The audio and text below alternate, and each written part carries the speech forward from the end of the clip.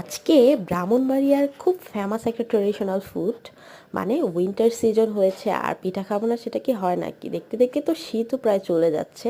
তো এখন যেহেতু জানুয়ারি মাস চলছে শীতের প্রায় শেষ সময়, তো ভাবলাম আজকে মেরা পিঠা বানাই। তো আজকে বাসায় আম্মু এই শীতের মজার একটা পিঠা, ব্রাহ্মণবাড়িয়াতে আমরা এটাকে মেরা পিঠাই বলি, এই পিঠাটা বানিয়েছিলাম। তো এটা মাংস দিয়ে খাচ্ছি আর এত মজা লাগছে দুপুরের শীতের রোদে বসে খেতে।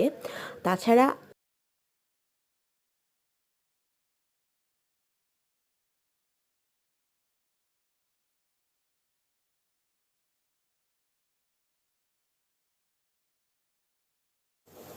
এখন যেহেতু দুপুর হয়ে গিয়েছে প্রায়, তো এই জন্য রান্নাবান্না বসিয়ে দিয়েছি। তো আজকে মাছ ভুনা করবো, এই জন্য এদিক দিয়ে মাছ ভিজিয়ে রাখছি, এদিক দিয়ে ভাতটা বসিয়ে দিচ্ছি। মাটির ভেতরে মানে এটা মটকাও বলা যায়, তো এটার মধ্যে মেরা পিঠা ভাপ দেওয়া হয়েছে। এই যে মাছ ভুনা করবো, যেন বিভিন্ন তরকারি,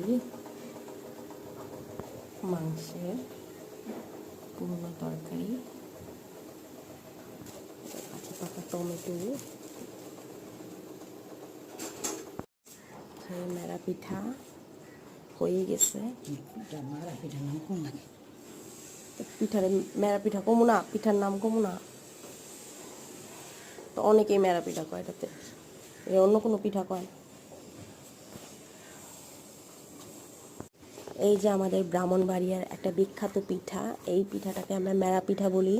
অনেকে আছে ভাপা পিঠাও বলে, যেহেতু ভাপে করা হয়।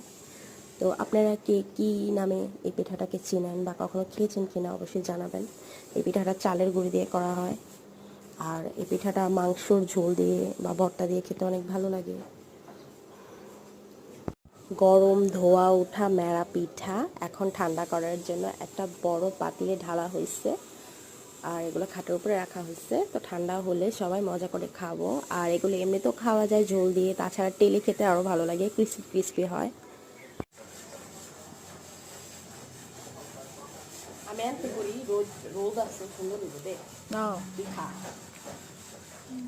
তোমরা খাবি নি? তরকারি না হলে কইতাছি খাবি বুবুরে দে টমেটো বুকলাটা দে টমেটো বুকলাটা দে নাম কইতা দেই টমেটো দা না জানি না ওই নামটা সারা মজা লাগবে